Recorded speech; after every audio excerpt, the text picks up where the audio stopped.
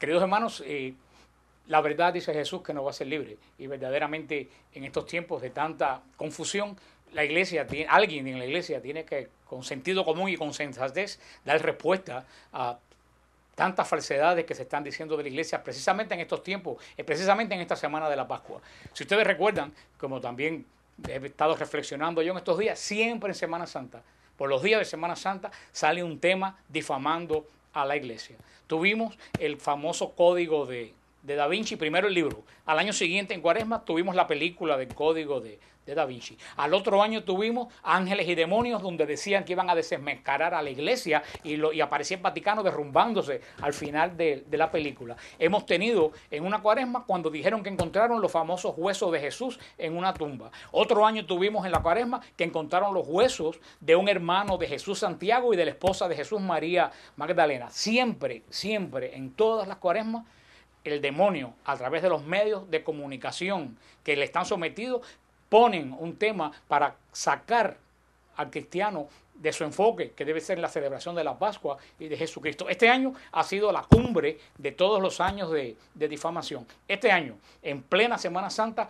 han sacado un caso del año 50 y 60, el famoso caso del padre Murphy de la diócesis de Milwaukee. ¿Y qué es lo que dice las cadenas nacionales de televisión como CNN y NBC, la BBC de Londres, y repiten como loro estos canales mediáticos de América Latina que se dicen libres del imperialismo americano, pero están sometidos a toda la noticia liberal y deformada que sale de los Estados Unidos? ¿Qué cosa es lo que dice? El Papa Benedicto XVI encubre casos de abuso sexual.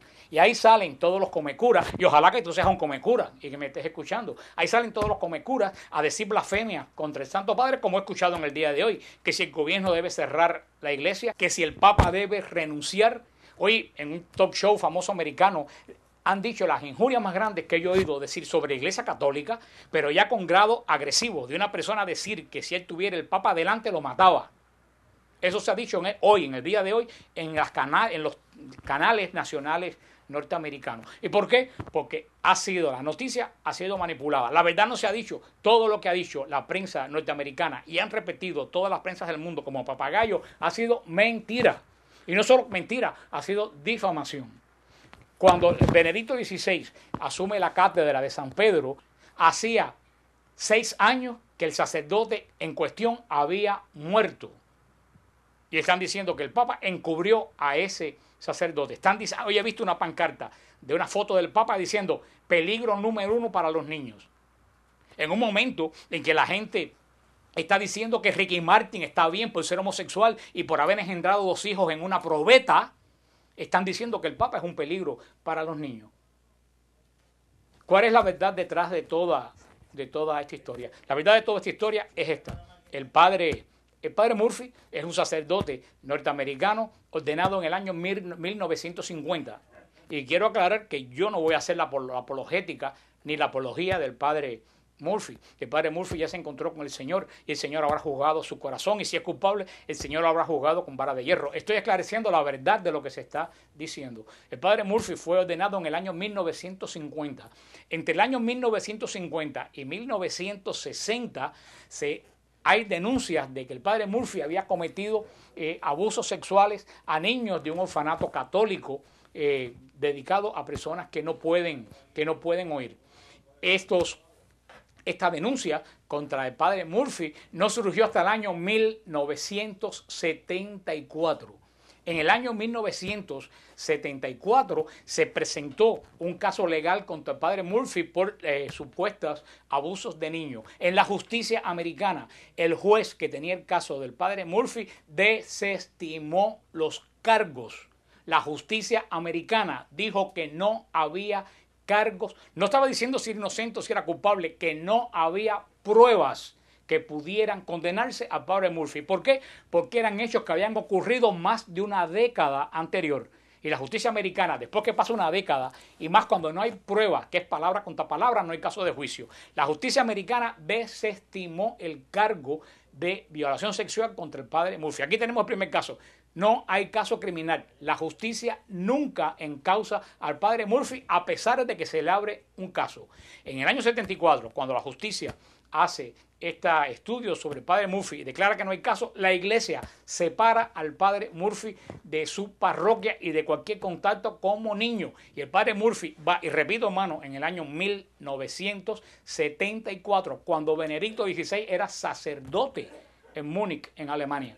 De la iglesia saca de sus funciones al padre Murphy y él se queda viviendo en casa de su mamá y asistiendo al vicario parroquial dando misa. Del año 74 hasta la fecha de hoy nunca hubo ningún caso de alegación de ningún tipo, ni sexual, ni de palabra, ni de ningún hecho que pueda condenarse al padre Murphy. ¿Qué sucede?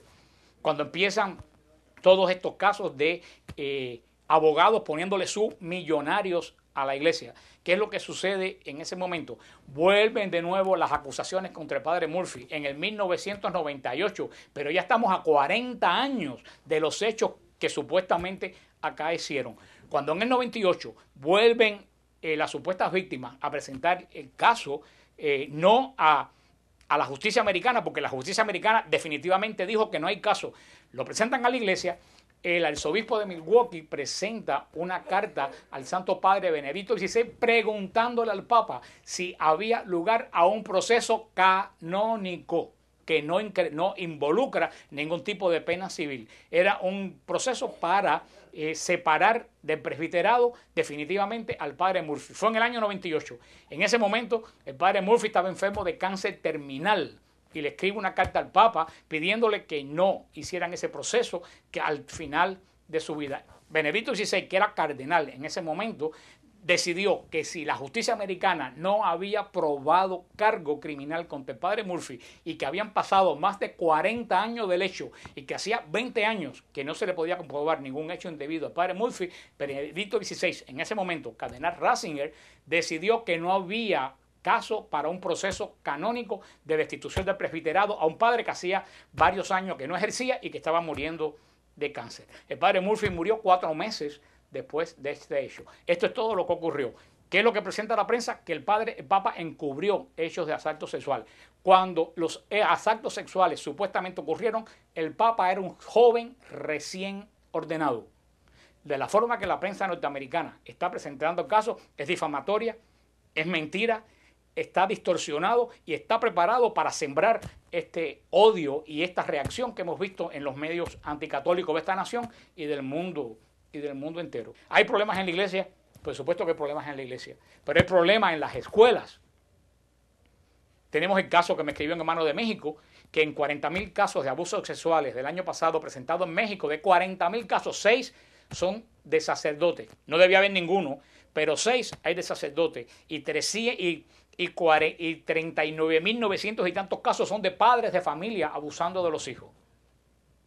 Hay problemas en la familia, hay problemas en las escuelas, hay problemas en la policía, hay problemas en la presidencia de la república. Tenemos un problema mundial, no es solo un problema de la iglesia, querido hermano. La iglesia está batallando en el medio de todo este proceso para sacar una iglesia más purificada, pero yo te pido a ti, yo te animo a ti de no unirte a la voz de estos que gritan crucifíquenle, como gritaron el Viernes Santo a Cristo, que no te dejes mover por la prensa mediatizada, que seas un ser pensante, que pensiones con lógica. Si la justicia americana no condenó a este hombre, ¿cómo la iglesia le va a hacer un proceso condenatorio 40 años después de los hechos y en víspera del hombre morir? Todo esto, hermano, nos tiene que hacer reflexionar en lo que sucede el Viernes Santo en Jerusalén. Los mismos que gritaron Hosana al hijo de David, gritan crucifícale el Viernes Santo. ¿Por qué esa turba transformó la boca de alabanza en boca de maldición? Hermano, ¿quién está detrás de todo eso? El demonio. Lo triste del caso es que las voces de los que gritaron crucifícate, ¿sabe por qué se oían? Porque las voces de los seguidores de Jesús se callaron y no gritaron. Hoy en día, el mismo demonio que movió a las tumbas de Jerusalén gritar crucifícale, mueven a toda esta gente que llaman a las estaciones de radio y a las estaciones de televisión y que habla por las bocas de las sectas. Ese es el mismo demonio que movió a las fuerzas de Jerusalén a gritar crucifiquen a Cristo. Entonces lo triste del caso, que cuando la ira de Dios cayó sobre Jerusalén, cayó sobre los que gritaron y sobre los que callaron. Te animo a no unirte a la voz del silencio. Te animo a que seas una voz que no justifique lo injustificable, que no justifique la pedofilia, que diga las cosas como son, que ponga las cosas en su contexto. Es un momento de que nosotros, hermanos, no nos podemos callar. Cuando se caiga Jerusalén, que no se caiga sobre ti y sobre mí. Solamente me queda pedirte que ores por el Santo Padre, que ores para que el Señor consuele su corazón y que de verdad seas una voz activa de la iglesia, que no seas una voz de silencio. Que el Señor te bendiga y te guarde. Amén.